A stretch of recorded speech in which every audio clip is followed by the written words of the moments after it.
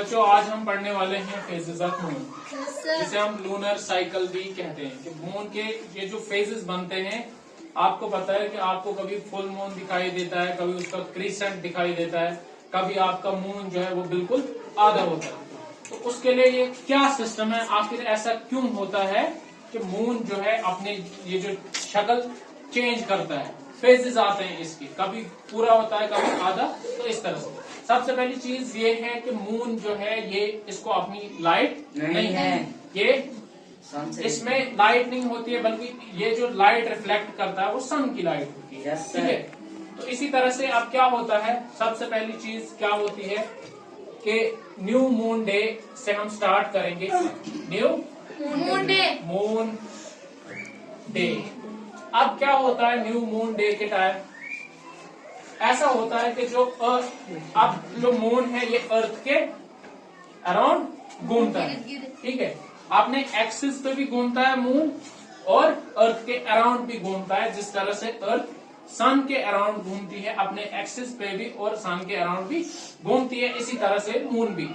अब क्या होता है न्यू मून डे के, जब न्यू मून डे होता है, सबसे पहले ये हो जाता है कि जो मून है ये सन और अर्थ के सेंटर में आ जाता है, सन और अर्थ के सेंटर में आ जाता है। अब जो सन की लाइट है वो पड़ती है इस हाफ वाले को।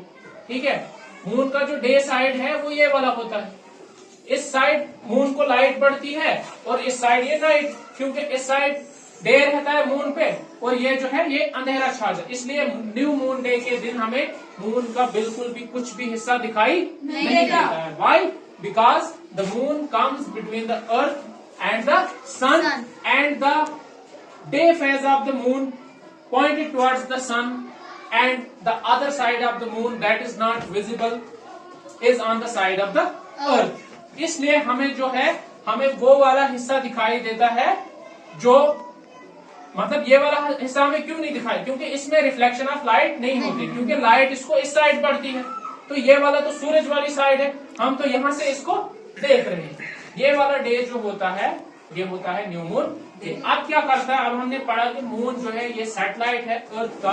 अब मून जो है ये किसके सराउंडिंग चलता है, रेवोल्यूशन किसके सराउंड करता है, अर्थ। अब जब मून जो है यहाँ से चलेगा, पोजीशन चेंज करेगा, चलता जाएगा। अब जब मून आएगा यहाँ पर, अब यहाँ पर नहीं, मून पहुंचेगा इधर। फर्स्ट वीक से पहला वीक, फर्स्ट वीक जो आता है इधर से, फर्स्ट वीक यहां से जब चलेगा पहले मून पहुंचेगा इधर। अब क्या होगा, मून के कुछ हिस्से पे लाइट पड़ेगी, ये वाला हिस्सा, इस हिस्से पे लाइट पड़ेगी और ये हमें दिखाई देगा एज अ क्रीसेंट। क्या दिखाई देगा, इस मून हमें दिखाई देगा। इस ऐसे सिकल जैसे होता है ना, सिकल जिसको हम कश्मीर में क्या बोलते हैं, द्रोथ बोलते हैं, इस तरह इस टाइप का हमें दिखाई देगा। अब इस वाले हिस्से, ये वाला हिस्सा क्यों हमें दिखाई देगा, क्योंकि इस पे अर्थ की सन की लाइट यहाँ पर पड़ेगी और अर्थ से हमें बिल्कुल इतना ही हिस्सा दिखाई देगा। इस प्रोसेस को अब क्या हो रहा है, यहाँ पे हमें मून बिल्कुल भी नहीं दिखाई दे रहा है। अब इसका साइज हमें थोड़ा थोड़ा सा दिखाई दे रहा है। अब ये जो हमें आधा दिखाई देता है, ये क्रिसेंट टाइप, इसे कहते हैं वैक्सिंग क्रिसेंट। क्या कहते हैं, वैक्सिंग क्रिसेंट। जब मून का साइज जो है आहिस्ता आहिस्ता बढ़ना शुरू हो जाता है, क्योंकि ये अर्थ के सराउंडिंग घूमता है, तो उस वक्त हमें क्या दिखाई देता है, जब ये पहले हफ्ते में अपनी पोजीशन यहाँ से सेंटर से, अर्थ और सन के सेंटर से लेकर इतना पहले वीक में चलता है, तो हमें मून का बिल्कुल एक क्रिसेंट टाइप दिखाई देता है। इसे कहते हैं वैक्सिंग क्रिसेंट। इसी तरह से जब दूसरा हफ्ता, यहाँ से फर्स्ट वीक के बाद जब ये चलना स्टार्ट करता है, तो ये पहुंचता है बिल्कुल यहाँ पर और ये बिल्कुल 90 डिग्री एंगल बनाता है या नहीं, इस तरह से बनाता है एंगल। यानी यहाँ से सन, अब मून यहाँ था, यहाँ से ये यहाँ पहुंचा, अब ये एंगल बनता है लाइट यहाँ से क्या, सन के बिल्कुल 90 डिग्री एंगल पे ये आ जाता है मून। जब यहाँ पर आ जाता है तो आपको ये दिखाई देगा हाफ मून। क्या दिखाई देगा, हाफ मून, क्योंकि सन की लाइट इसको बिल्कुल आधे पोर्शन पर पड़ेगी और हम अर्थ से देख रहे हैं, तो हमें ये आधा पोर्शन जो है दिखाई देगा। मतलब मून हमारा इस तरह का दिखेगा, ऐसा डी शेप है। ठीक है, बिल्कुल आधा दिखेगा। और इस तरह से क्या होता है, मून का साइज इंक्रीज होता जाएगा। जब 90 डिग्री एंगल से ये फिर आगे बढ़ेगा, ठीक है, तो जब ये यहाँ से बिल्कुल यहाँ पहुंचेगा, इस इस पोजीशन पे, तो यहाँ पे इसका साइज तकरीबन इतना बढ़ेगा, क्योंकि सन की लाइट तकरीबन इतने पोर्शन पे पड़ेगी। Yes sir. जब इतने पोर्शन पे पड़ेगी तो हम अर्थ से यहाँ से देख रहे हैं। Yes sir. तो जब हमें आधे से ज्यादा, हाफ से ज्यादा मून दिखाई देगा तो उसे हम कहते हैं वैक्सिंग गिबस। क्या कहते हैं? Gibbs, GIBBOUS, waxing Gibbs. जब हमें मून जो है आधे से ज्यादा दिखाई देता है, फिर क्या होगा? फिर मून चलता जाएगा और फिर मून इस डायरेक्शन में आएगा। मून अब इस डायरेक्शन में आएगा।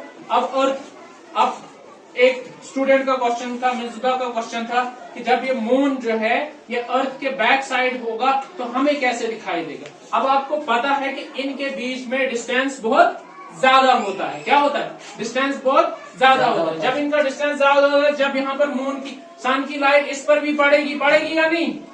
जब इस पर पड़ेगी तो यहाँ पर इसका जो है ये पूरा मून, इसका एक वाली साइड, पूरे साइड पे क्या पड़ेगा? लाइट पड़ेगा। तो इसका जो बैक साइड होगा, जो ये वाली साइड होगी, तो वो हमें दिखाई नहीं देगी, बल्कि हम अर्थ से ये हमें मून दिखेगा और ये पूरा हमें फुल मून दिखाई देगा। इसे कहते हैं फुल मून डे।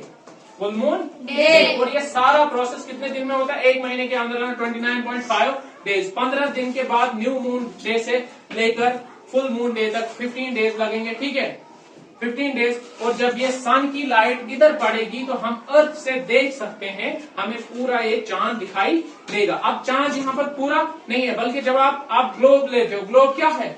ग्लोब एक मतलब गोल होता है, शेप होता है, जियोइड शेप होता है, तो मतलब bulge at the centre and flattened at the poles. इसी तरह से यहाँ भी आप देखते हो, आप भी जब ग्लोब को देखते हो तो आप ग्लोब की एक साइड देख सकते हो, वो भी आपको गोला जैसा दिखाई देगा। फॉर एग्जाम्पल आप फुटबॉल ले लो या वॉलीबॉल ले लो, जब बॉल को देखोगे तो आपको इतना सर्कल दिखेगा पूरा, लेकिन बैक साइड तो नहीं ना दिखेगी। इसी तरह से मून का जब ये एक साइड आपको दिखता है तो ये आपको लगता है ये पूरा मून है, बल्कि ये day side of the moon होता है, क्योंकि सन की लाइट यहाँ से रिफ्लेक्ट करता है ये मून, और अर्थ पे नाइट होती है और अर्थ से हम इस सन को देख सकते हैं। तो ये यहाँ पर ये होता है फुल मून डे। ओके, अब क्या करता है मून? फिर से वही प्रोसेस। पहले यहाँ से क्या हुआ? Waxing crescent. यहाँ से मून जो है यहाँ पे हमें बिल्कुल दिखाई नहीं दिया, क्योंकि अर्थ और सन के सेंटर में था और इस साइड लाइट पड़ रही थी। अब क्या होता है? जब हमें फुल मून दिखेगा, डे है, इसको क्या होगा?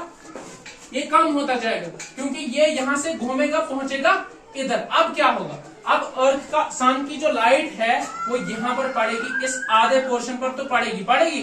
तो यहाँ से अर्थ से हम खाली ये पोर्शन देख सकते हैं, तो ये पोर्शन नहीं ना दिखेगा हमें। तो ये वाला जो आधे से ज्यादा पोर्शन है, जब ये दिखेगा, अब क्या है? यहाँ पर हमें फुल मून दिखा, अब यहाँ से ये कम होता जाएगा, हो जाएगा, क्योंकि एंगल, सन की लाइट जो है वो इस आधे पर पड़ेगी। यहाँ से हम खाली ये आधा जैसा देख सकते हैं, लेकिन इसका जो बाकी पोर्शन है वो नहीं देख सकते। इसको बोलते हैं वेनिंग गिबस। क्या कहते हैं? वेनिंग गिबस। आप खुद देखो, जब वैक्सिंग ऑफ मून हो रहा था तो हमने क्या देखा? जब यहाँ हमें आधे से ज्यादा मून दिखाई दिया, हमने इसको कहा वैक्सिंग गिबस। यहाँ पे भी हमें आधे से ज्यादा मून दिखाई दे रहा है, लेकिन अब यहाँ पे क्या हो रहा है? फुल मून डे से फुल मून जो है दिखाई नहीं दे, बल्कि फुल मून से ये अब इसका साइज क्या हो रहा है?